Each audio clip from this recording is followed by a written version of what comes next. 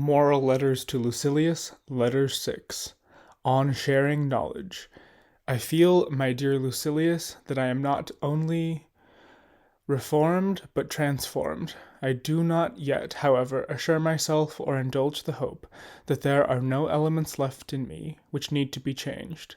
Of course, there are many that should be made more compact, or made thinner, or be brought into greater prominence, and indeed, this very fact is proof that my spirit is altered into something better, that it can see its own faults, of which it was previously ignorant. In certain cases, sick men are congratulated because they themselves have perceived that they are sick. I therefore wish to impart to you this sudden change in myself. I should then begin to place a surer trust in our friendship, the true friendship which hope and fear and self-interest cannot sever, the friendship in which, and for the sake of which men meet death.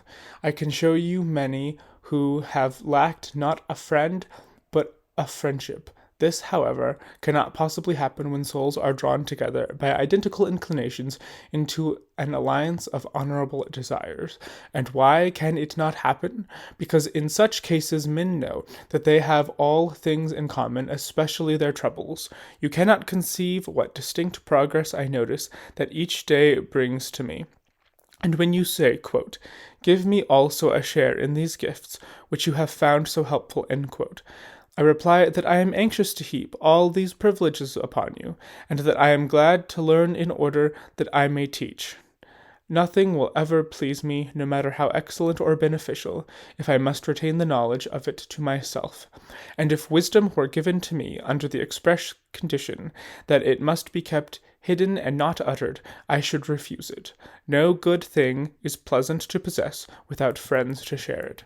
I shall therefore send to you the actual books, and in order that you may not waste time in searching here and there for profitable topics, I shall mark certain passages so that you can turn at once to those which I approve and admire. Of course, however, the living voice and the intimacy of a common life will help you more than the written word. You must go to the scene of action first, because men put more faith in their eyes than in their ears, and second, because the way is long if one follows precepts, but short and helpful if one follows patterns. Cleanthes could not have been the express image of Zeno, if he had merely heard his lectures.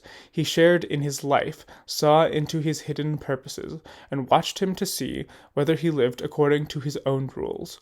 Plato, Aristotle, and the whole throng of sages who were destined to go each his different way, derived more benefit from the character than from the words of Socrates.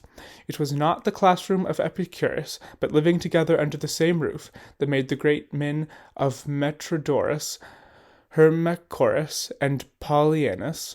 Therefore, I summon you, not merely that you may derive benefit, but that you may confer benefit, for we can assist each other greatly. Meanwhile, I owe you my little daily contribution. You shall be told what pleased me today in the writings of Hecato. It is these words, quote, "What progress, you ask, have I made? I have begun to be a friend to myself," end quote. That was indeed a great benefit. Such a person can never be alone. You may be sure that such a man is a friend to all mankind. Farewell.